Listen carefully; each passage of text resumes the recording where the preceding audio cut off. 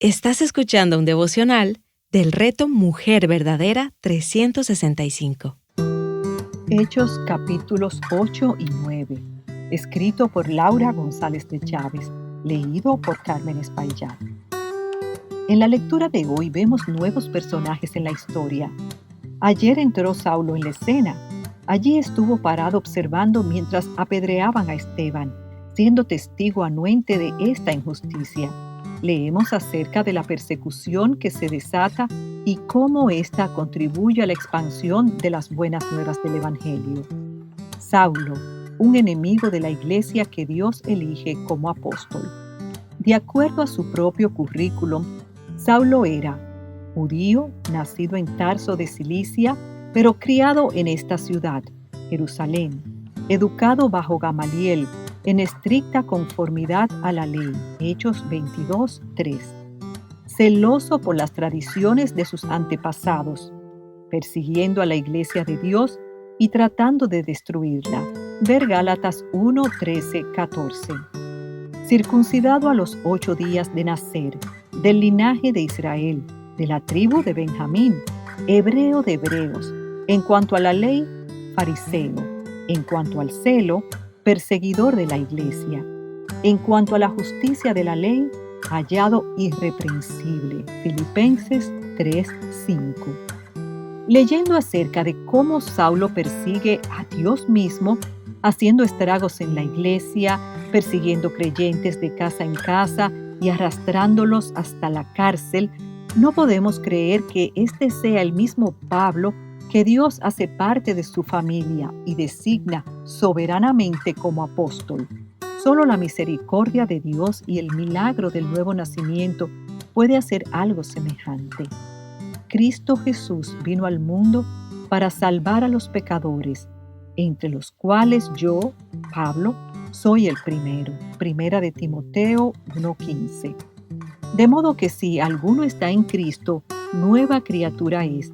Las cosas viejas pasaron, ahora han sido hechas nuevas. Segunda de Corintios 5:17.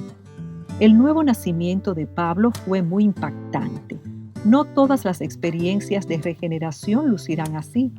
Dios se revela de diversas maneras en nuestras vidas, pero sí debe existir un momento en el que nos arrepentimos de nuestros pecados y confesemos a Cristo, y los frutos de esta conversión deben ser visibles en nuestras vidas.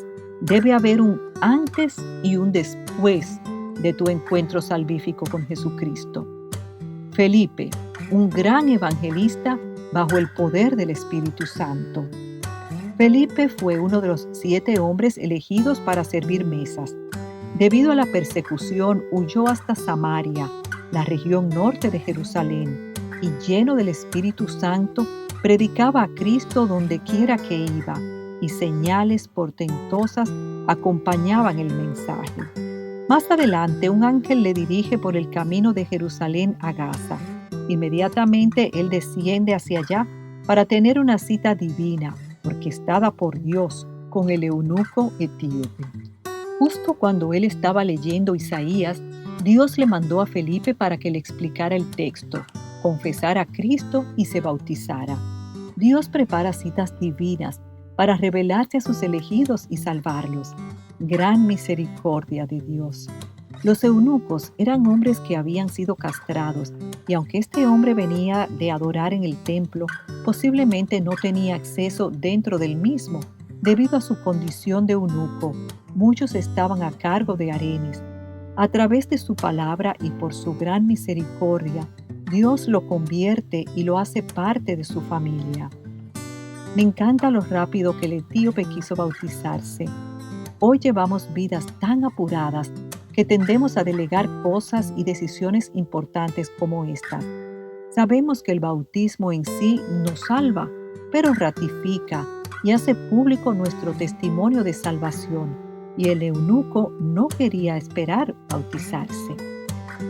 Luego el Espíritu continúa dirigiendo a Felipe, y ahora estaba en otra ciudad, anunciando el Evangelio hasta que eventualmente llega a Cesarea.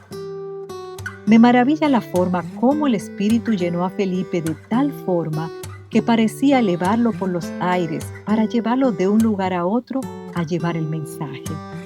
¿Cómo quisiera tener una pequeña parte de esa llenura del Espíritu para obedecer la dirección de Dios e ir donde Él me envíe y tener su poder para hacer la obra que Él me encomiende? Así pues, no sean necios, sino entiendan cuál es la voluntad del Señor, y no se embriaguen con vino, en lo cual hay disolución, sino sean llenos del Espíritu. Hablen entre ustedes con salmos, himnos y cantos espirituales, cantando y alabando con su corazón al Señor. Den siempre gracias por todo, en el nombre de nuestro Señor Jesucristo, a Dios el Padre. Efesios 5, del 17 al 20. Señor, embriáganos con tu Espíritu y danos tu poder. Satanás siempre trata de imitar el poder de Dios. Cuando Dios está obrando con poder, Satanás redobla esfuerzos. Mientras Felipe evangelizaba en Samaria, el mensaje fue corriendo hasta llegar a un conocido mago llamado Simón. Este hombre tenía a mucha gente asombrada por sus artes mágicas. Y es que a veces estamos más dispuestos a creer en la magia o brujería que en Jesucristo. Somos rápidas en creer en horóscopos, lectura de cartas, magia, feng shui, cristales, etc., sin darnos cuenta de que son solo mentiras que buscan esclavizar a sus seguidores y alejarlos de la verdad, con esperanzas vanas e ilusorias. Simón aparentemente confiesa al Señor y se bautiza, pero sus ojos estaban en las señales y en el poder de los apóstoles, ignorando totalmente cómo opera el poder del Espíritu Santo a través de Felipe, Pedro y Juan. Simón ofrece dinero para obtener ese poder, desconociendo que, a diferencia de esa magia que él practicaba, este poder no estaba a la venta, sino que Dios lo da gratuitamente a los que son suyos. El discernimiento espiritual le permite ver a Juan y a Pedro que Simón no era un creyente genuino. Parece haber estado fingiendo para alcanzar este poder y sumarlo a su repertorio de actos de magia.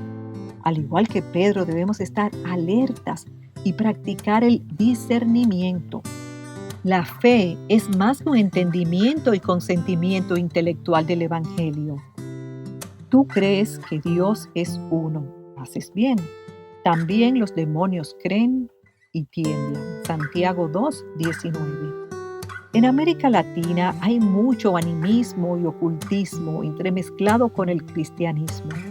Muchas veces estas cosas extrañas se tratan de asociar a la obra de Dios, formando un sincretismo no bíblico, estatuas de vírgenes que lloran, por ejemplo.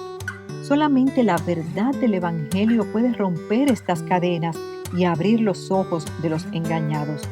Únicamente Dios puede librarnos del dominio de las tinieblas y trasladarnos al reino de su luz admirable.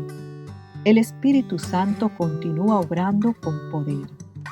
No deja de sorprenderme cómo los propósitos y planes de Dios iban cumpliéndose, la forma como Él iba entretejiendo todos los eventos y manifestándose a través del obrar del Espíritu. El encuentro de Felipe y el eunuco, la sanación de la conversión de Saulo, la visita de Ananías a Saulo para que éste recobrara la vista y se bautizara, la curación de Eneas y la resurrección de Dorcas. Dios recompensa a quien sirve a los vulnerables y pobres, todo ello dirigido y hecho posible por el ministerio del Espíritu Santo.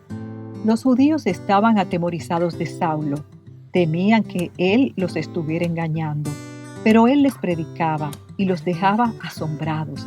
Dios lo protegía de quienes intentaban hacerle daño. Mientras tanto, Pedro viajaba por muchas regiones predicando y sanando a personas, incluyendo a Dorcas.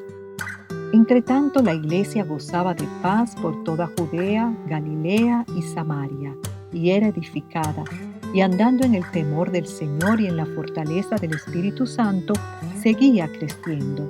Hechos 9:31. Oh Señor, haz esto en nuestros días. Muestra tu poder en medio de tu iglesia, que muchos puedan conocerte y ser salvos. ¿De qué forma te ha ministrado este libro hasta ahora? ¿Cómo ha animado o retado tu fe? Para más recursos como este, visita nuestra página web avivanuestroscorazones.com.